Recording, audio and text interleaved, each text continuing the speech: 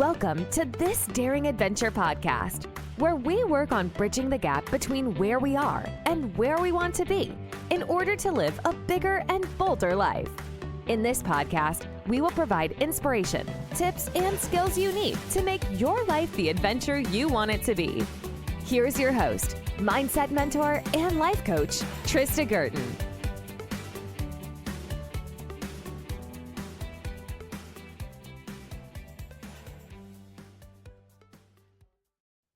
Hey everybody, welcome back to This Daring Adventure. Today I wanted to dive into an important topic, which is why taking action alone won't get you unstuck. I think so many of us get caught in this trap and believe that if we just do more, check more boxes, hustle harder, stay busier, we'll somehow break free from feeling stuck. But here's the truth. Action alone won't solve the real problem. So today I want to help you understand why action, without doing some of the mindset and the emotional management work, will fail to create lasting change. I also want to share what mindset and emotional management are and why they are crucial for true transformation. And then I'll give you some actionable steps that you can take today to get unstuck by combining the action with the right mindset and emotional tools. Let's start by painting a picture of where you are right now. You feel stuck. So you try to take more action. You're applying for jobs, you're reorganizing your schedule, you're starting new projects, or you're throwing yourself into self-help books and YouTube videos. But deep down, nothing feels like it's truly shifting, and you're wearing yourself out. Now, why isn't this working? This is because action alone is like putting a Band-Aid on a deep wound. I often compare it to having a broken arm. You can take some painkillers for the broken arm, but you actually need to go to the doctor and get it set and put a cast on it.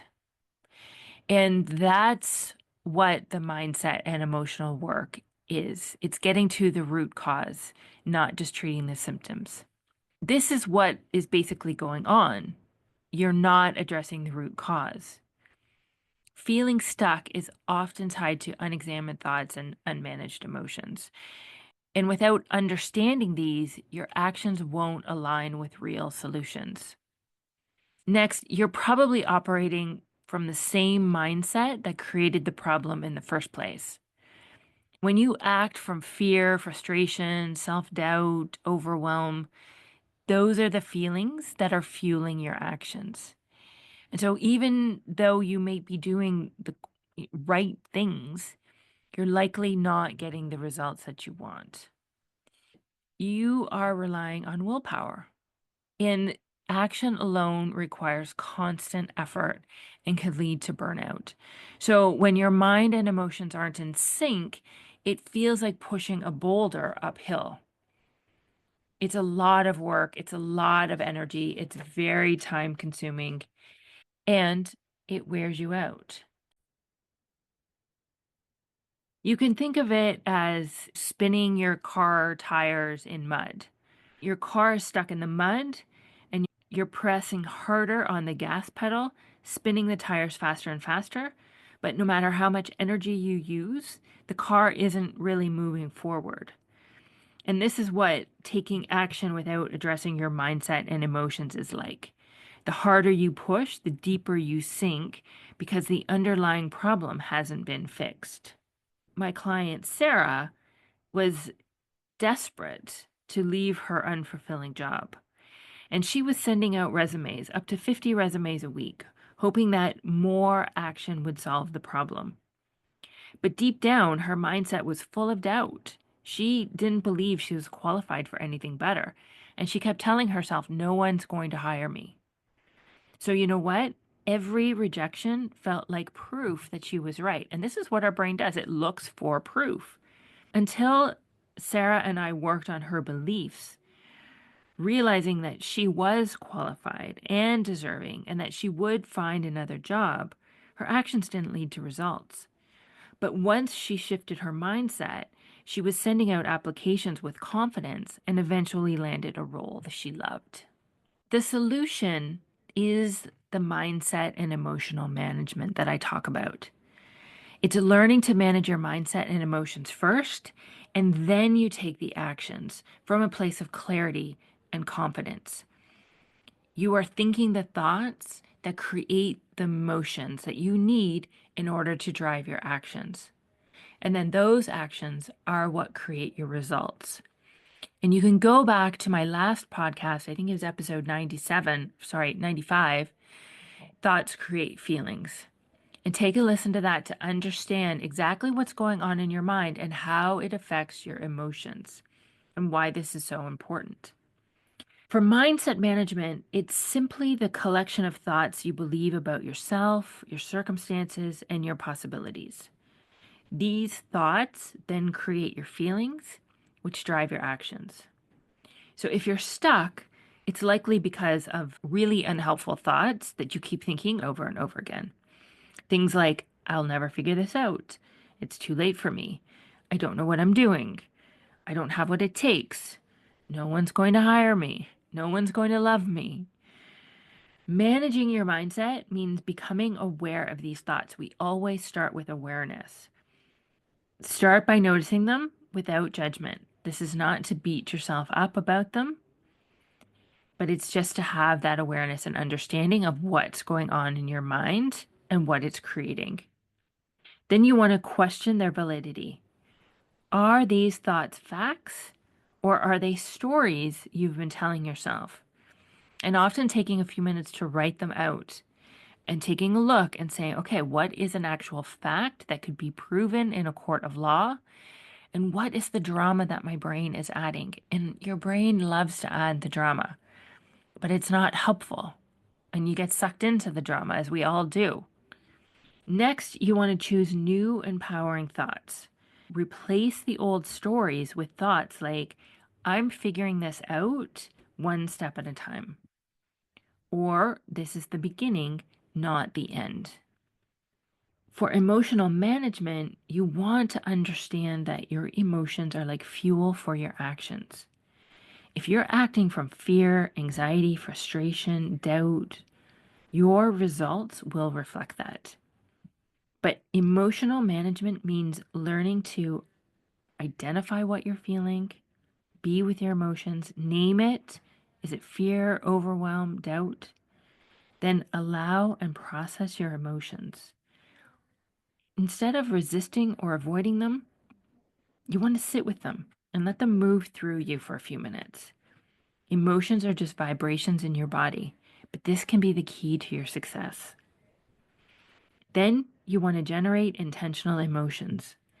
What would it feel like to take action from a place of calm, determination, or hope? Those are the strongest emotions that are going to fuel the action that will help you to create the results that you want. When you pair mindset and emotional management with intentional action, everything changes. This is the secret sauce. This is the secret to the universe. You act with clarity, focus, and purpose instead of desperation or frustration and just wearing yourself out. Imagine it's like a GPS for your life. Your mindset is the GPS in your car.